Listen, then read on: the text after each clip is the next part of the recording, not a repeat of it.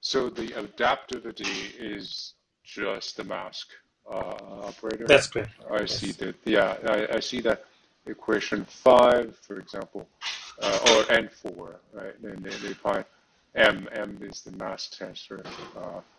Right. Okay. Okay.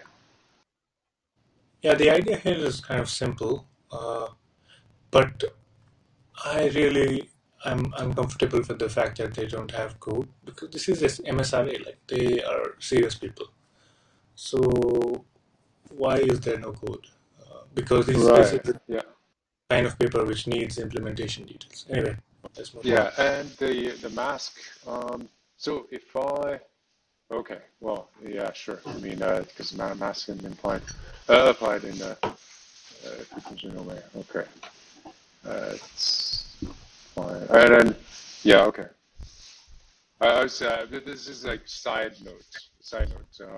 If they do kind of the wavelet, would be it'd be kind of interesting because for uh, transform any one the local change in the frequency domain is a global change in the image domain, right?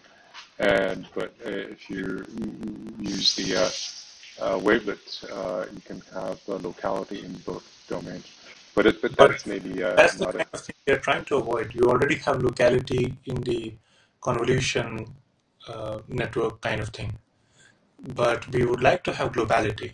So that is the whole point of taking a FFT. So if wavelet gets rid of this global features, then that's not good at all. yeah maybe they because I mean if you have a global I mean let's say if you have a corruption in the frequency domain uh, computation error, then it will affect the whole picture everywhere. Right? And so there Yeah, could we be. assume the hardware is perfect. Let's not go into like that level of detail. The hardware is okay. You ask it to take a 50, it does the job. Yeah. All right. I mean, All right. that's just a small note, but I think they with their they're working at is the yeah the mask and then the speed up of the convolution, I suppose. Yeah. And if I had more time, I would implement this myself because it's easy to do. But it's the author's job to provide us convincing proof that hey, it actually works. So I'll probably email them and ask them for code. Let's see what happens. Yeah, that's a bit surprising. They didn't put the code in the GitHub. Cool. Now let's move on to paper number 3 for the day. That will be something about data. So less is more. Focus attention for efficient data. Okay. So by the way, this is also a paper that I cover in my upcoming blog post on top 5 AI papers of the month. I think it will be out next Tuesday. So I will share a link and maybe mention it on the next room as well. Anyway, this is an interesting paper. So let me first share the fact that this is they have two implementations. So the paper we were discussing before didn't have any code, and then this paper has two versions of its code. So like they've gone ahead and like overcompensated for the last one, as it were. So they have a PyTorch version of the code and this something called MindSpore, something developed in the MindSpore framework. I think MindSpore is, from my understanding, it seems to be a framework developed by Huawei because these people are from Huawei. And Anyway, but the good thing news is that they do provide us torch, PyTorch code so that we can potentially use this. So again, this paper is a little bit like the previous paper was quite conceptual in its design and thinking. This one, not so much. This is a bit of a hack, an engineering hack, but it's a useful engineering hack. So let's see what they're trying to do. The first thing to understand is that uh, Detter by itself has a bunch of, I don't know if I have done rooms on Detter specifically, but I've sure talked about Detter a lot of times in these rooms before. And Detter basically has a convolutional backbone, and on top of that, you like flatten out whatever your output from the backbone is, and then do pass it through a transformer. So these things are tokenized, and then you pass these through I think 6 layers of encoder, 6 layers of decoder, and on the output you will get a set prediction. So the key thing in Detter is that it doesn't try to enforce where each, like in which order the predictions are made, but it just predicts a set. And the loss function is also a set-based loss function. But that's kind of irrelevant to this particular paper. Uh, what this paper does is it attacks the self-attention mechanism of the original Detter. So let's read up a little bit. Data-like models are good, however, all tokens are treated equally, without discrimination, which brings a redundant computational burden in the traditional encoder structure. The recent sparsification strategies exploit a subset of informative tokens to reduce attention complexity, maintaining performance through the sparse encoder. But these models tend to rely on unreliable model statistics.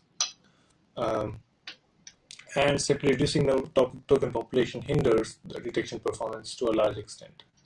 So in this paper, we propose focus Detter, which focuses attention on more informative tokens for a better trade-off between computational efficiency and model accuracy. Specifically, we reconstruct the encoder with dual attention. That is the keyword here, which includes a token scoring mechanism that considers both localization and category semantic information of the objects from multi-scale feature maps. We efficiently abandon the background queries and enhance the semantic interaction of fine-grained object queries based on the scores. And then there are the results. So let's look at what they actually do. Maybe that is figure number 3, and I don't know what page number that is, but you scroll down the PDF, you will eventually come to figure number 3. That's the key part of this paper. So the idea here is that instead of just taking, the output of the backbone, as I said a few minutes ago, what you do is you take these multi-scale feature maps that are coming from your convolution or any other kind of backbone, and you select tokens. You kind of train another kind of auxiliary small model that learns which tokens are useful, and then it just selects those tokens for performing attention. So you have this kind of a dual attention thing. One is between the all. So you can see that there are these green patches in these multi-scale feature maps, and those green patches are the tokens that you kind of bring on for later use. And then there is the output of this foreground token selector, which is a trained neural network, kind of an auxiliary network. And then you perform, attention on both these kinds of tokens. So that's the dual attention part. It's kind of an ugly hack. The way this works, and there are details about, like figure 5 has details about the score, the foreground token selector module, but it's just an MLP that like learns which tokens are useful. And there is a loss function for that. So if you come to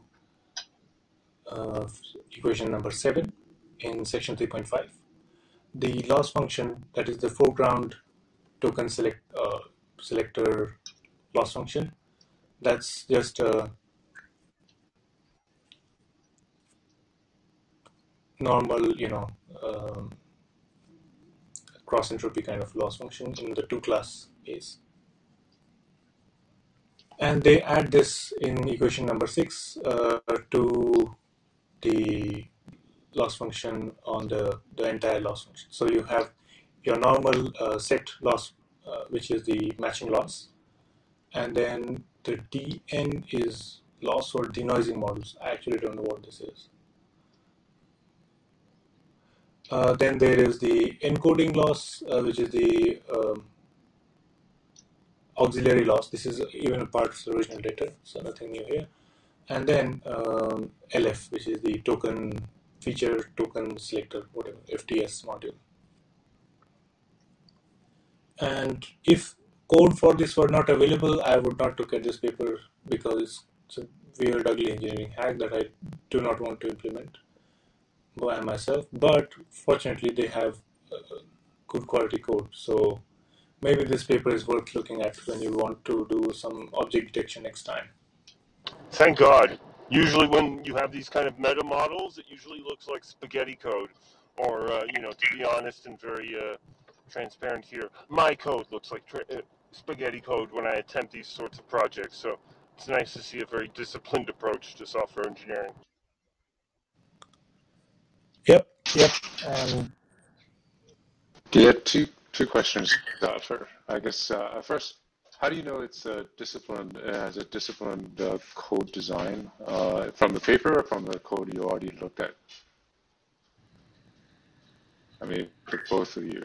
I or you said Eric, you said it's a disciplined approach. Or how do you Yeah. how do you see that? Compared to physicists, like when I learned scientific computing, it was like, yo, you just need to make it 2 files. That's it. Maybe even 1 file. You can pull off the whole thing. Why waste time engineering a software package when you can just calculate what you want?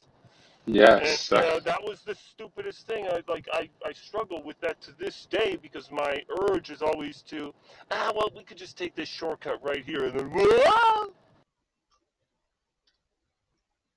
Yeah, but how do you know I that's not remember a trying disciplined to approach? one up these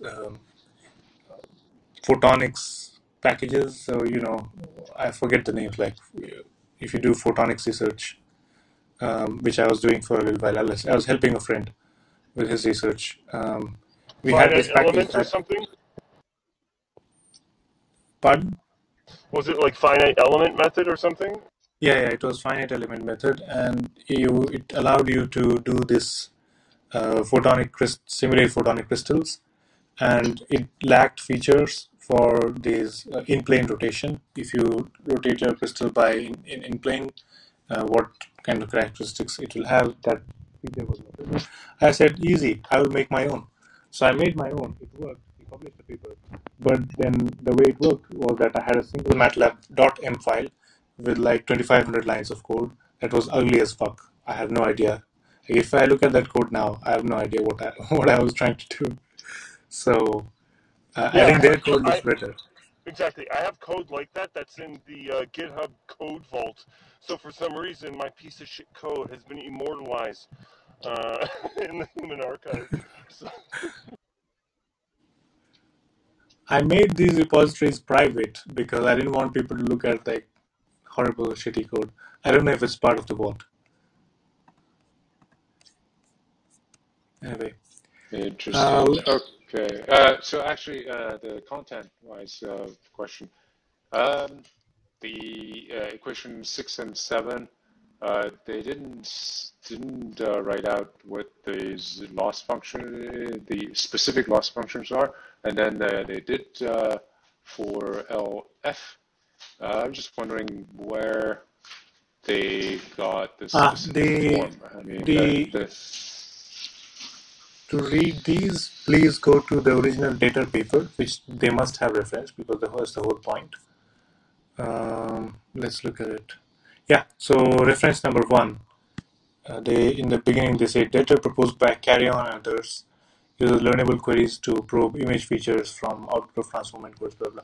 So if you look at paper reference number 1, you'll find that the whole point of that paper, the reason it was so interesting was that up until that point, people were trying to, or they would just make predictions that were kind of like you would get predictions from each part of the image, and there was a specific order in which your predictions had to be made. Like, because in an image you can have any number of objects and at any number of locations. So you have to have, let's say, 100 places, and they were filled up in a very specific way.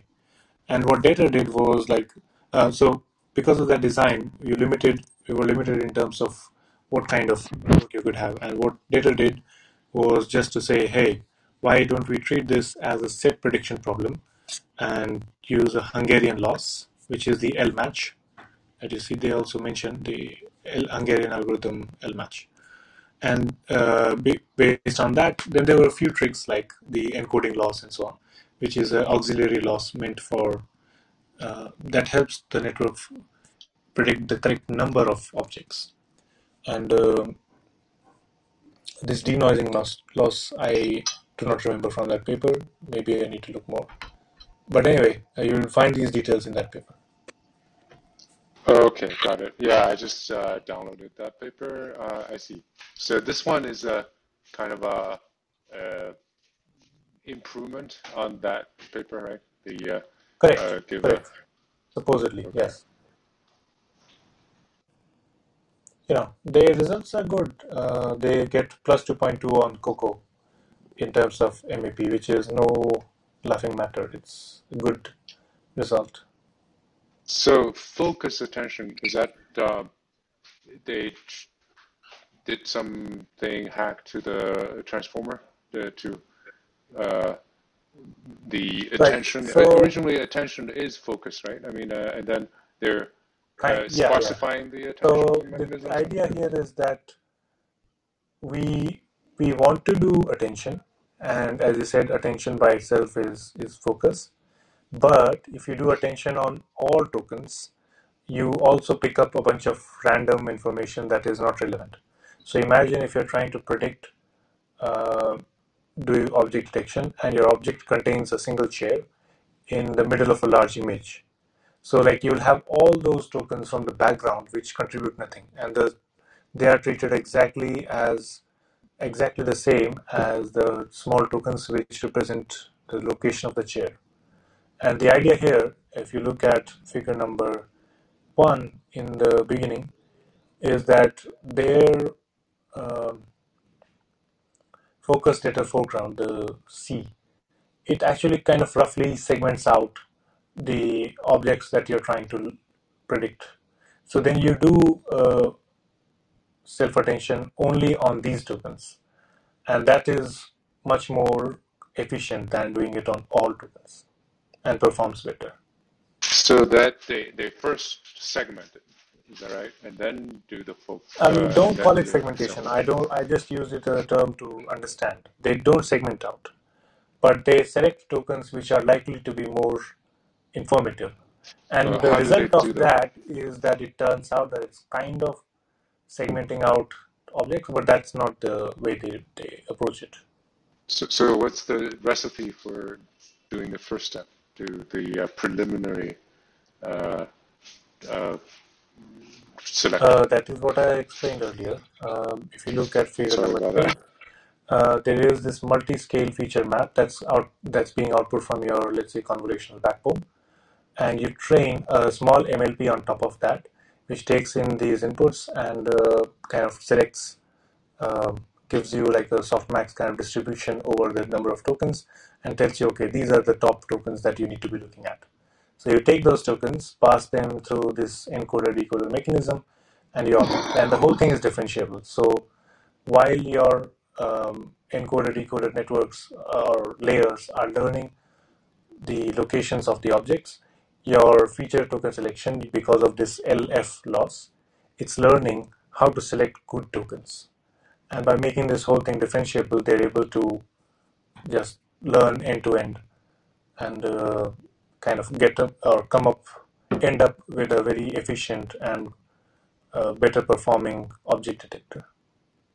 So the first step, did they do any cost grading or something, aggregation?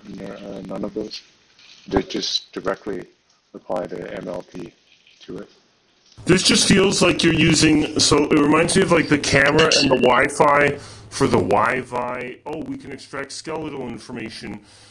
There it was, the same stream, it's just interpreted differently, so-called filter. I think the various submodules here act as different filters. So to me, it just seems kind of almost obvious, but interesting that they pulled it off so well.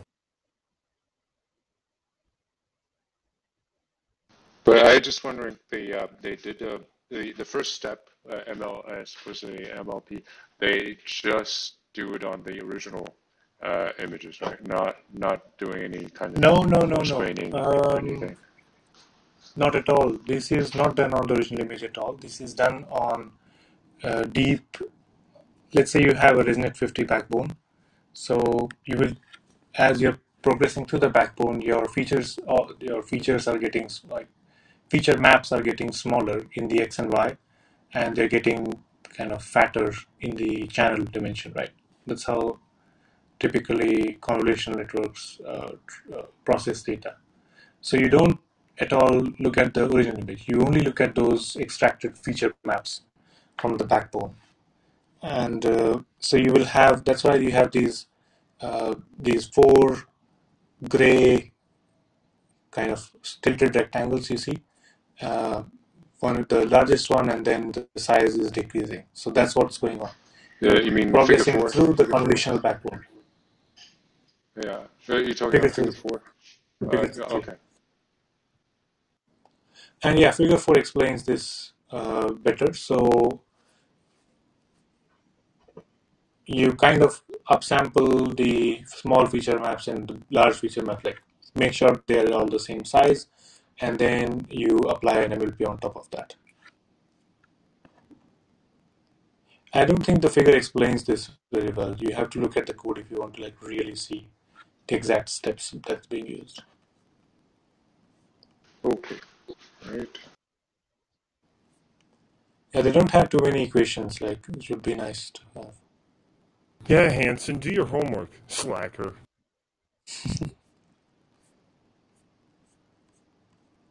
Yeah, right. Right. Sorry, this paper was just doesn't explain very well. That's why I said it's an engineering hack. There is not much concept. I mean, there is a concept, but the implementation is all engineering. It's not like some coming out of a theorem or something. I think it's a systems design concept. It's like, oh, look, this is an example of complex systems design. Maybe, I have no idea. I read complex system design once in France, and I was really not interested in learning at that time, so do not remember it. All right, let's switch to the next paper, which is about robotics. Yay.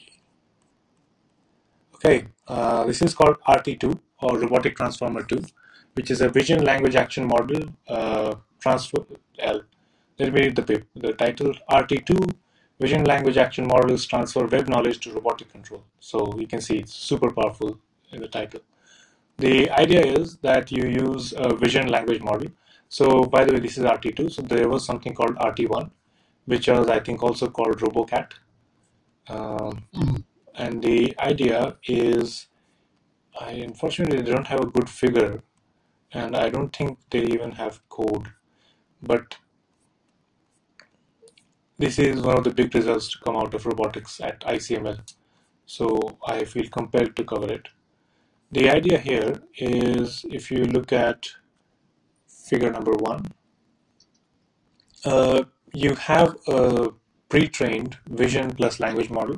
So that encodes your language, and that encodes images in just one single model, right? And they use that for robot control, basically. So there are a few steps here. On the left-hand side, you see internet scale visual question answering plus robot action data. So that they also include some robot specific training data in training this large language model, or which is a vision language model.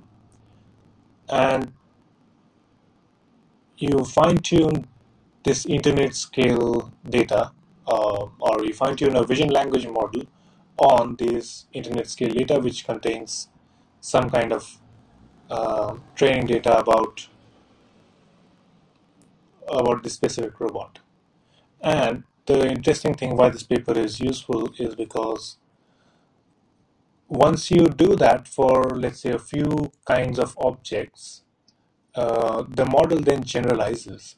And that is really the powerful thing, which is why you actually need the internet scale data. So the concept here is that you have a pre-trained vision language model. You're going to fine-tune it, okay? And you're going to fine-tune it to produce, to output the actions that the robot should take to achieve a task. So you add these,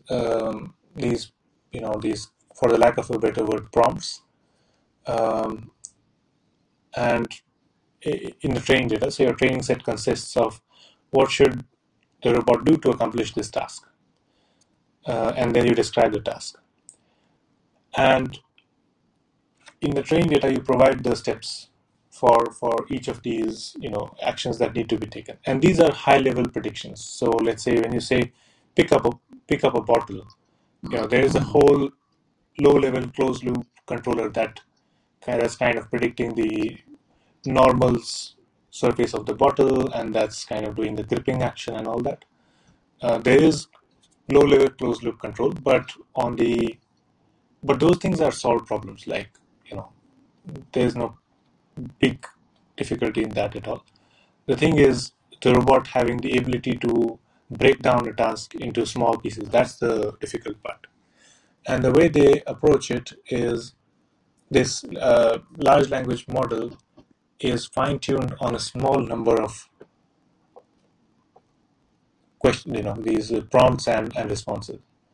And what they find is that if you do this for a few objects, so in this case, there's this video where they're asking it to do something with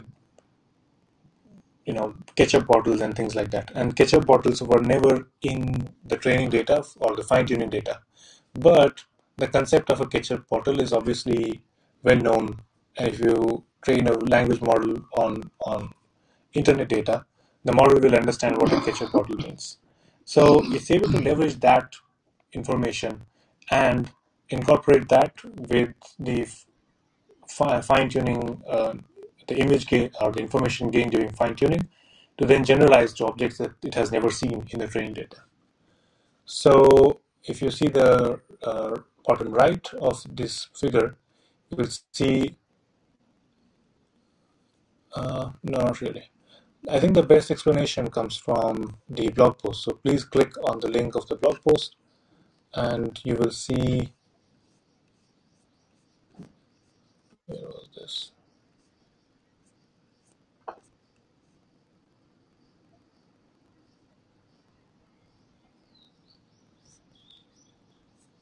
Oh yeah.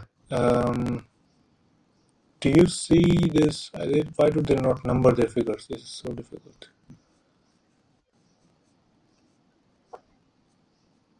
Okay, there is a section called, in the blog post, there is a section called Generalization and Emergent Skills. If you come down, there is a bunch of figures here, and I think like figure 5 or 6 in this section is push the ketchup to the blue cube. So you prompt it in natural language. It's able to incorporate that into its language, into the model, and you can see that it does this action even though the model itself has never seen the ketchup bottle um, in the training or the fine-tuning stage, but it has seen the concept of ketchup bottle, And the vision part, I'm sure it has some idea of what a ketchup bottle looks like. So it's able to incorporate all that information and leverage it to produce the number of the steps that must be taken. And then there's a low level controller that actually performs those steps. And you end up with a robot able to perform the task that you instructed in natural language. So that it says it has read the description of the ketchup bottle, and then but never seen it in visual in any images, right? And then No. I it think the pre-trained vision language model will have some idea of a ketchup bottle. So it's not a purely language model that's doing everything. So in the training of the VLM, vision language model, there have been, I don't know how it was pre-trained. It's a Palm E model. So just Palm with trained on visual data. So that's an assumption in this work. Like they're not going to reinvent the wheel of Palm E, and GPT-4, by the way, is also a multimodal model, but we don't see that being exposed to users. But anyway, it's supposed to be. And the idea is that the network has these concepts already. But at the stage of fine tuning, when you actually go and like teach it how to respond to different tasks, at that stage it hasn't seen ketchup bottle. So it has only seen the blue cube in this particular context, in this particular figure you see. So, but it has learned these things like what it means to move something from here to there, or things of that nature. And based on the pre-trained VLM and the fine-tuned like the fine-tuning stage where it learns how to do something, it's able to combine those and then apply the how part to completely unseen things that were not seen in the training data of the at the fine-tuning stage. oh, okay, got it. So is it a bit like the in context learning? It is absolutely is, yes. And they even have this chain of thought reasoning, which they say improves performance. Chain of thought, who knew that chain of thought would be such a useful thing? Like it's amazing how well these things work anyway. I see. Okay. Unfortunately, I'm not able to evaluate how well this paper works because it's just a kind of a website and press releases and a bunch of fanfare, but no code. And I guess even if I had code, I don't have this fancy robot arm to actually use it with. So, but anyway,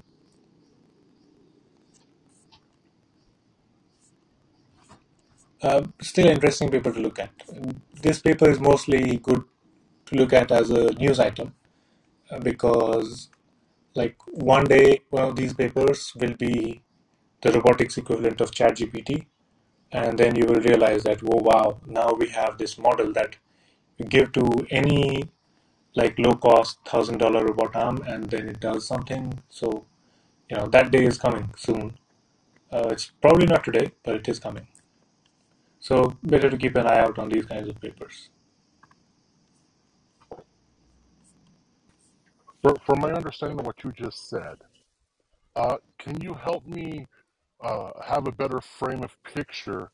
How I know I'm asking for something that's difficult, but in your experience, are you saying we are within a month or less than a year before it is much easier for independent companies to have their own models that are like this one? Definitely within a year. Like if you hired me, I could do this, in 6 months. And how much do you Assuming cost? If you're going to throw that assuming the out proper team. there. No, but this is a very realistic idea thing that we're trying to figure out today in my field, which is television and film. How realistic are people available? Because it's going to be very difficult to find people at your level to even be available, I think.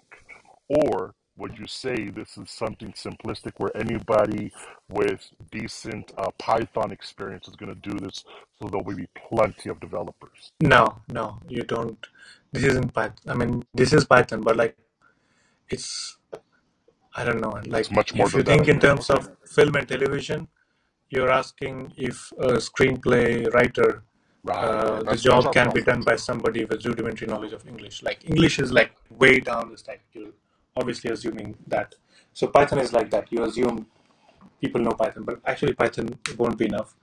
You will need a bunch of C++, C, because anyway. But what's your application? I don't see how this applies to film and television. So for film and television, at some point it will become either ChatGPT 4 will be too confusing, not confusing, won't produce the type of level of results that high-end level studios will look for, but perhaps they will invest in their very private models where they will control what goes into it so they can have a better presentation of what comes out of it.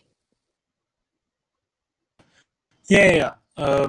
If you're talking that, then this is what you're saying is quite different from what this paper is.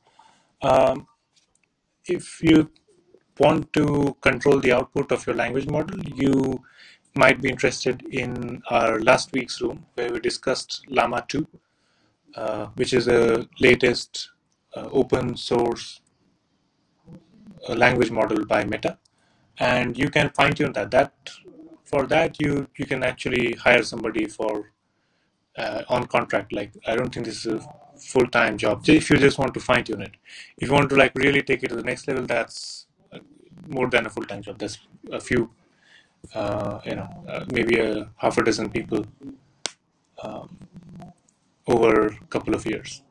But if you just have a bunch of private data that you want your model to be trained on and output similar content, then that can be done, in a few months by one person working part time and provided enough compute and motivation. Luis, does that answer your question somewhat, or did I like go off on a different track? No, that helps me a great deal. Somebody generously in the back channel gave me some ideas also, so I was responding to that also. It helps me a great deal. Right now, it's interesting to talk to different people who can give us different visions of what these various models can do because they all have different limitations and capabilities. And there's a very distinct division between a prompt engineer and somebody like you that really understands how to build the model we need, which is what I think I'm looking for. Thank you. Yeah, sure. If you're interested, let's connect in the back channels. My LinkedIn and everything is there. Okay, I'm poor. It wouldn't be my money, but okay, you got it. Cool. All right. Let's come to the last paper of the day, which is reparameterized policy learning for multimodal trajectory optimization. So, bit of a mouthful, but let's see what this paper does. And luckily, code is available. All right, I'll read through the abstract because there is some specialized terminology here that I need to introduce. Okay, we investigate the challenge of parameterizing policies for reinforcement learning in high-dimensional continuous action spaces. Our objective is to develop a multimodal policy that overcomes limitations inherent in the commonly used Gaussian parameterization. So they are trying to attack the Gaussian parameterization with which people model these policies in RL. To achieve this, we propose a principal framework that models the continuous IR policy as a generative model of optimal trajectories. So again, this is kind of a two-stage way in keeping with the theme of today. So first, they have a generative model that outputs the space of optimal trajectories, and then there is based on that space, the model learns the actual optimal policy itself. But the idea is that the policy is not parameterized by some continuous Gaussian, but is more flexible than that. By conditioning the policy on a latent variable, we derive a novel variational bound as the optimization objective, which promotes exploration of the environment.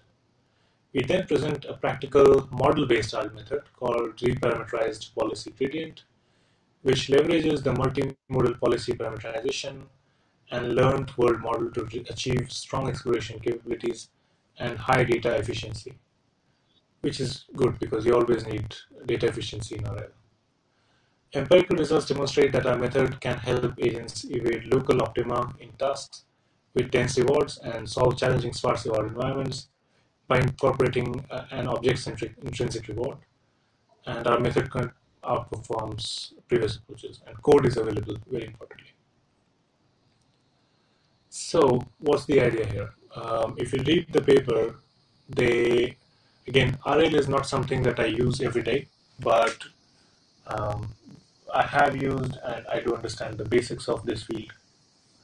So basically, the idea is that in RL, you are parameterizing your policy. So either you have um, a either you do something like D bar L or something, but this is not about those. This is about parameterized policies. So if you have a parameterized policy, typically the parameterization used is Gaussian. So figure number one. Um, Our method reparameterizes latent variables into multimodal policy to facilitate exploitation and exploration in continuous policy learning. B, well, that's the performance. But actually, figure 1 does not properly explain or doesn't explain well. There was another figure I saw which kind of does a better job. Yeah, figure 2 is better. So if you look at figure number 2 in the paper, so like you have a reward space, right? So reward as a function of some action or state, doesn't matter. It's just a 1D representation. So you see that if this is a multi-modal distribution, if you see in panel A, if you apply normal Gaussian parameterization, it ends up in the middle. So if you see subfigure C, that's the Gaussian parameterization, and it ends up in the middle of these two laws because it's just one one parameterization that's trying to satisfy both. And the way their method does is kind of it generates a possibility, a bunch of. It's kind of reminds you of two things. One thing is reminds me of Gaussian mixture models because GMMs were kind of like that. You don't fit a Gaussian into your space. You fit multiple Gaussians, and then each point you just determine how much of each you are taking. And that really turns out to do well. And the second thing this reminds me of is variational autoencoders. Because the way this generative model is trained is via a latent variable, and I think it has very close similarity with variational autoencoder. So I will not explain variational inference because variational autoencoders are like 8 years, 9 years old at this point. So it's part of the normal deep learning lore. But I hope figure 2 gives you a good idea of what they're trying to do. So this is a two-step process. In step 1, the latent variable models the space of possible um, trajectories, and then using that, the model learns the optimal trajectory. What's a good way to explain this? So the plate D, they're not using mixed Gaussian, and then they're just using a neural net to generate the function. It's not a neural net. It's just a variational inference on some latent variable. So let me find a good equation that will satisfy us.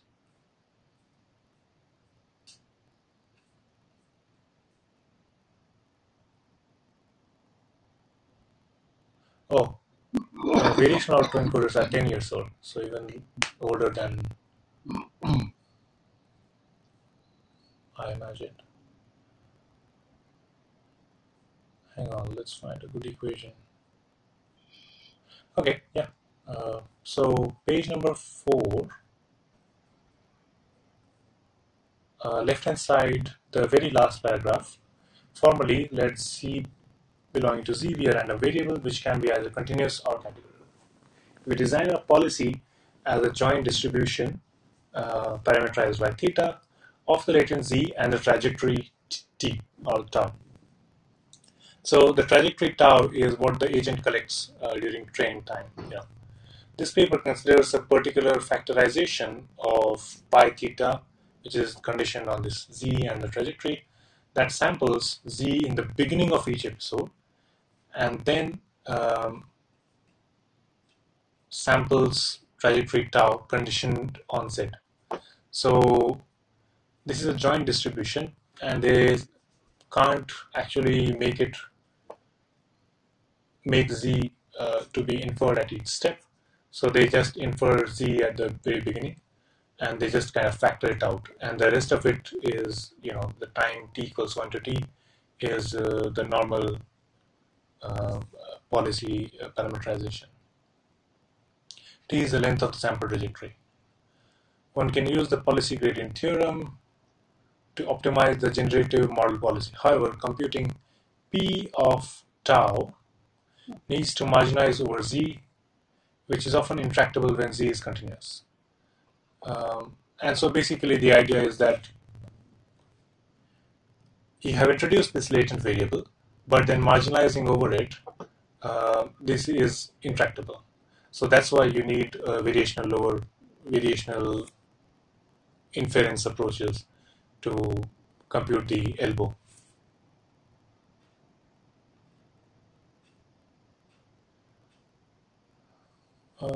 I would like to see equation 2, but that's a bit too complicated.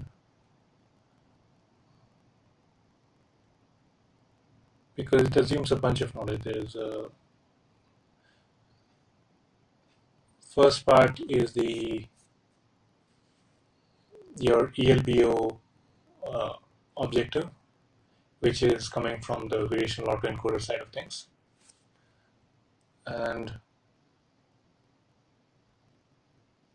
then there's the KL divergence between the learned policy and what happened. And yeah, anyway, things of that nature. So the reason I selected this paper and why I think it should be useful is you can just plug it into your reinforcement learning problem if you're using PPO or something and see how well it works, because the code is available and they seem to be doing some kind of a principled approach, as principled as you can be in reinforcement learning. And I guess figure 3 is good. So let's look at figure 3. So overview of the pipeline is that in A, you have a reparameterized policy, so from which you first sample latent variable Z and action A given some state S. And B, a latent dynamics model which can be used to simulate how the state will evolve. And C is an exploration bonus provided by this density estimator. So if the generative model says that you should have some distribution, some kind of a peak at some location, but you actually haven't seen that, then this model will encourage exploration in that unseen space so that you efficiently and quickly learn this multimodal distribution. Does this make sense, guys? At a high level, obviously we're not going into the entire theory of it, but just at a high level, this is what's going on. Yeah, kind of. But the thing is, I mean, what's the advantage over mixture Gaussian? I don't know. Honestly, I don't know. I mentioned GMMs because it's what reminds me of. Um, Yeah, I mean that's the first my reflex. So if right. they have a good multimodal distribution, then One it's advantage over GMMs is that you don't have to actually predefine the number of models in a mixture. Those are learned on the fly because this Z is part of the learning objective. So, but but then again, what prevents you from once you learn how many modal there are, you just slap a Gaussian there. that is absolutely valid. Yes. So actually, like if we had a module that could auto learn this, uh, but actually just the number is not enough. You also have to kind of roughly know their locations. Yeah, yeah, of course. I mean, locations and then standard deviation. I mean, Yeah. two variable, yeah, parameters. But the reason why Gaussian is because it's so simple, right? I mean, each one is just have two parameters, Correct. and So in theory, you yeah, could simulate any complex distribution with given enough number of Gaussians. yeah, exactly. Right.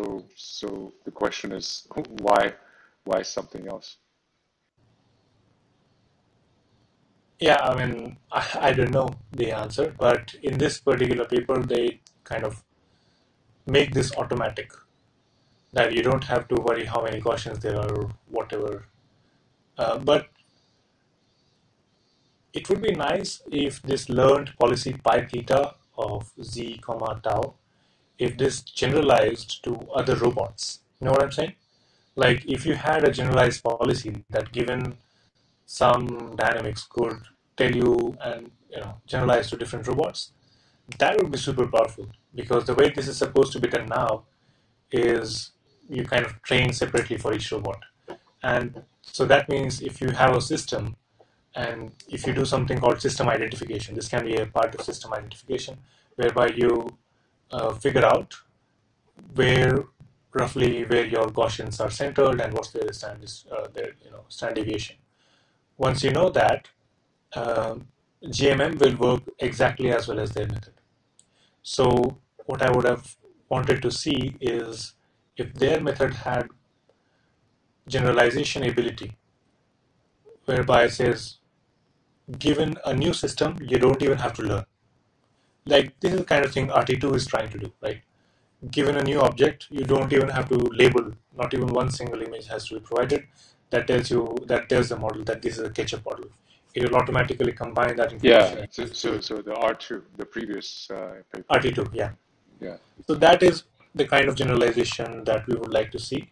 But in this case, I guess they are just interested in having to automate parts of this system identification.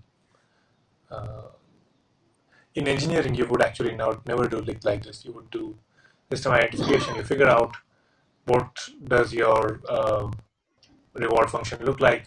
How does this, roughly how does it look like, and then you provide an explicit model uh, that works for that, and you're done. yeah, Because those assumptions will be based on physics, right? Or each of these modes have some grounding in terms of how the robot mechanics works. So you will physically understand what's going on. Anyway, that's just my yeah. opinion. Yeah, I mean that will provide more grounding and easier parameterization. Yeah. Unfortunately, RL, I don't see. I mean, maybe someday they have a great breakthrough, but for now, these are the good papers coming out of RL. So maybe people have stopped working so much in RL because I guess the only relevant RL now is PPO for fine tuning language models. if we went through that in the Lama room last week.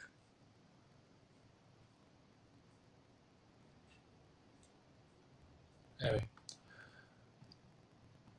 any more questions? I can try to answer questions about this or any other paper. I want to give a shout out to Sovit. Sovit has joined us today. If you go to the room, you will see this party hat. Sovit is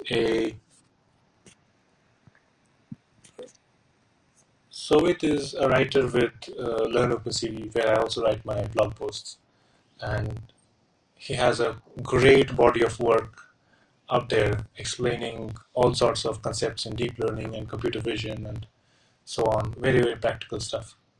So I don't know, Sovit, if you plan to come and speak, but he has good body of work, so you should follow him.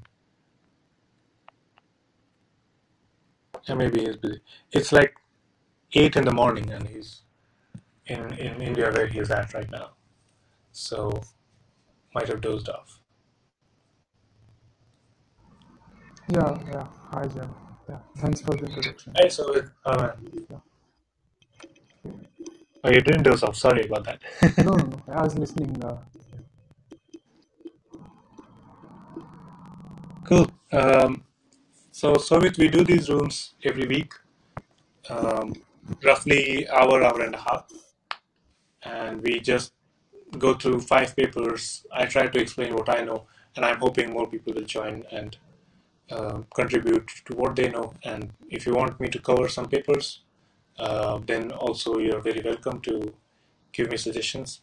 Until now, I have not received any suggestions, which means that either I'm doing a great job and people are super happy, or I'm doing a terrible job and like people have given up. No, you're doing a great job.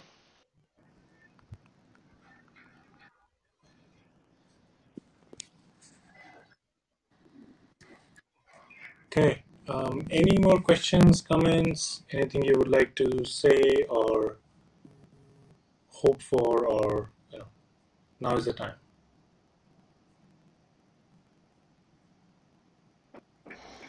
Hello. This might be a little off topic, but I'm a Norwegian audiologist, and I'm hoping to rethink audiology. And for a pre-project in that concern, I would really love to kind of gather the knowledge we got already from earlier audiograms, So what I'm looking to do is assemble audiograms, preferably anonymized, but with a possibility to retrack the owner, if you know what I mean.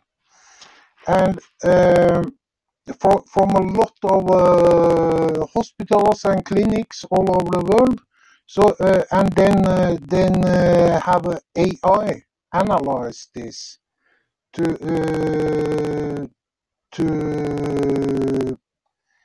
I think that may lead to this discovery of maybe 30, 40 new diseases.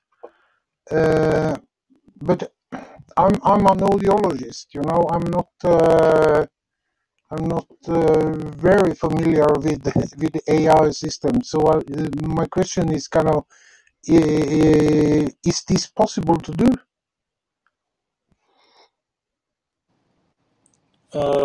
So you want to have an anonymized collection of audiograms, and then you want to be able to like anonymously retrace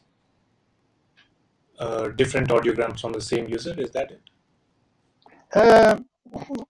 No, I think after the analysis from AI, it's way easier for a computer to find similarities in, let's say, 100 audiograms or 1 million than it is for a person. For a person, that is absolutely impossible. But a computer can do that, you know, and then and that can bring leads to discover new diseases. So the AI finds patients with the similarities, and the humans do the necessary research on these patients afterwards, you know. I see. So you're saying, like, given audiogram of a patient, you would like to find similar patients from a collection and present that to a doctor who then makes an informed decision about diagnosis. Is that what you're saying? No, I'm saying that if we analyze, you know, this is I'm hoping to assemble kind of all the audiograms in the world, you know, or a big part of them, and then do an AI analysis of all the audiograms with some so that we take out the ones with errors and such. But so this is kind of to find similarities amongst a huge number of clients. You don't need And very then, sophisticated AI for this, Martin. You can do it very easily. If I think one dude, I don't know how big these audiograms are, but what you've described is quite easy to do from the looks of it. Of course, not being an audio expert, I can't be sure, but like at a basic proof of concept, I think you can cook it up in a week, and then it's just refining and fine tuning and seeing, what works, what doesn't. So as a research yeah, group, it's definitely doable. So if it is something you want to propose to your university or to your colleagues, then I think it's a good research idea. Definitely go ahead. yeah, yeah. That's kind of what I wanted to hear. So thank you.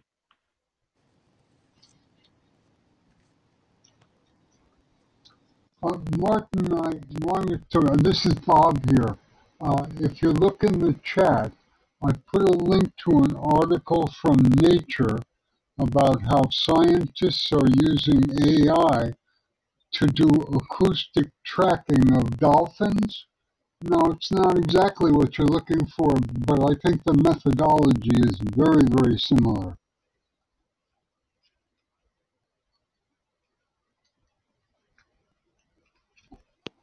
Thank you. I will definitely look at it.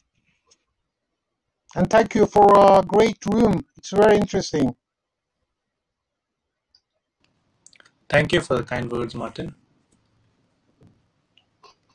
So yeah, we are nearing the end of the room. If there are no more questions or comments,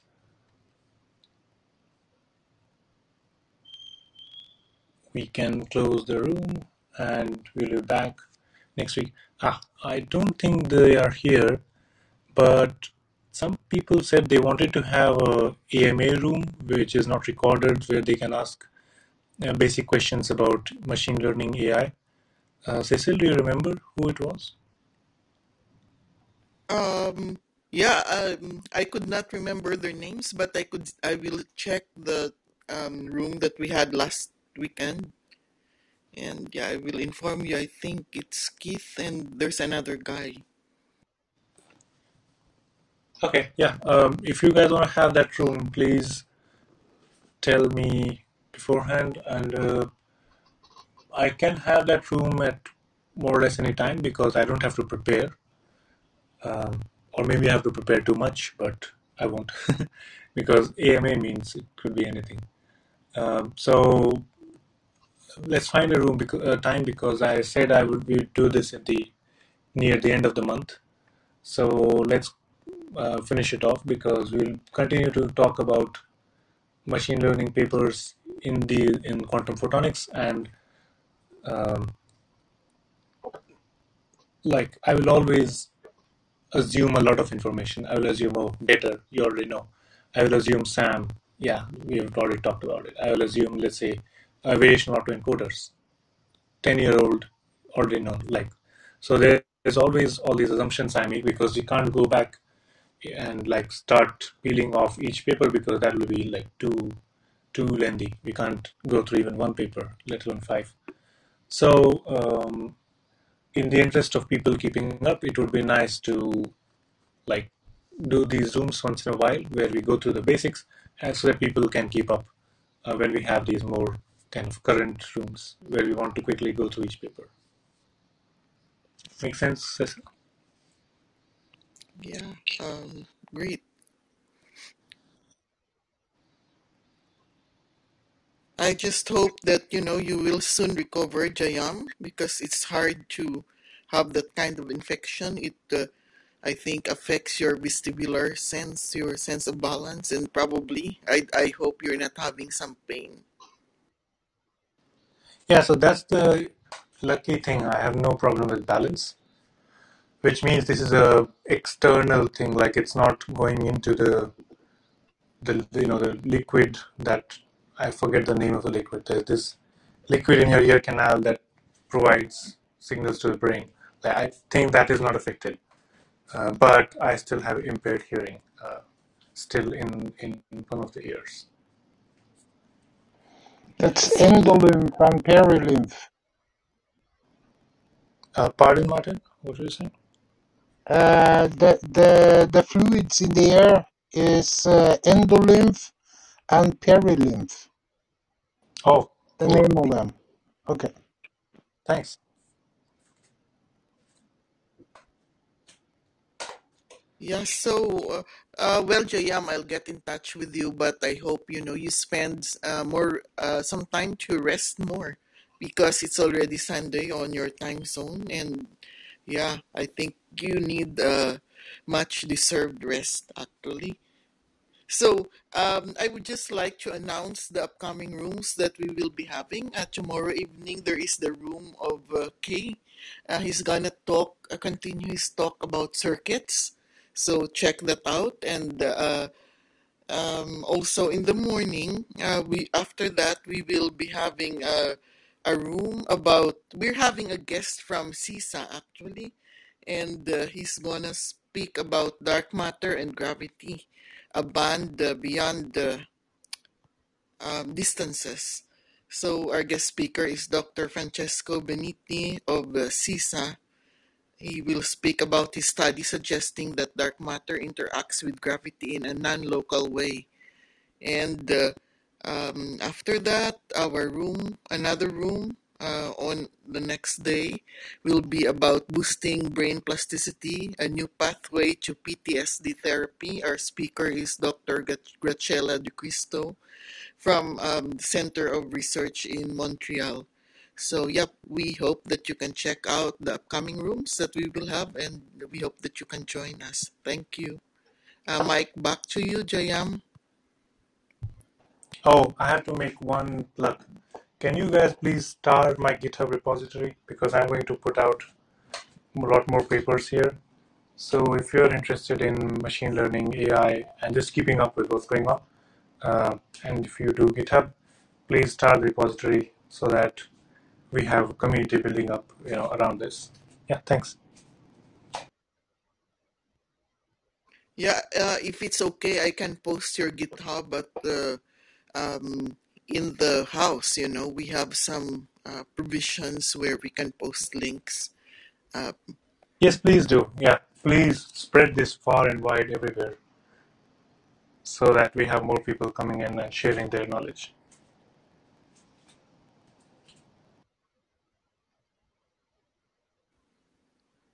yeah, so Jayam, if there is nothing more for now, shall we close the room so you can rest? Yes, I also have a request as a listener. Cecil, are we going to have some discussion about the room temperature superconductivity? I think I posted it in one of the club chat thingies, but I don't think anybody picked up on that. I'm closely following the LK99 stuff, and I only have an undergraduate level understanding of superconductivity, like the Cooper pairs and things of that nature. So it would be great if we had some person who actually works on these kinds of cuprates and things like that, who can tell us more about the plausibility of this model. And because I see lots of conflicting reports everywhere, people are still, there has been no like confirmed reproduction and then how it works and all that. So if you could get somebody soon, that'd be great.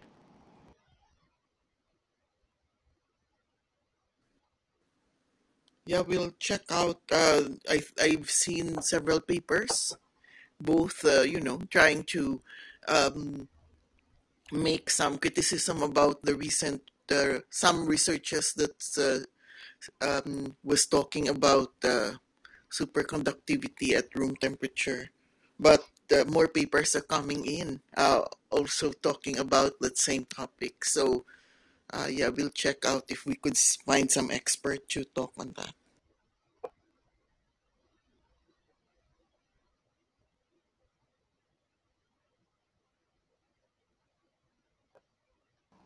Excellent. Darcel, let's close the room with your amazing countdown. Thank you, Jaiyam, and a great room. So to close the room, we're going to start our countdown from lucky number 7. Is everybody ready? Ready? Ready? So it's 7. 7, Martin 6. 6, 6, The great scientist Hansen 5. 5, 5, I'll be 4. Cuatro. Bob 3. 3 it is. 3 it is. All right. Cecil dos X. 2, Jaiyam, you are numero uno. Call out our last number, please. E to the iota 2 pi. Thank you guys. See you next week. Bye bye.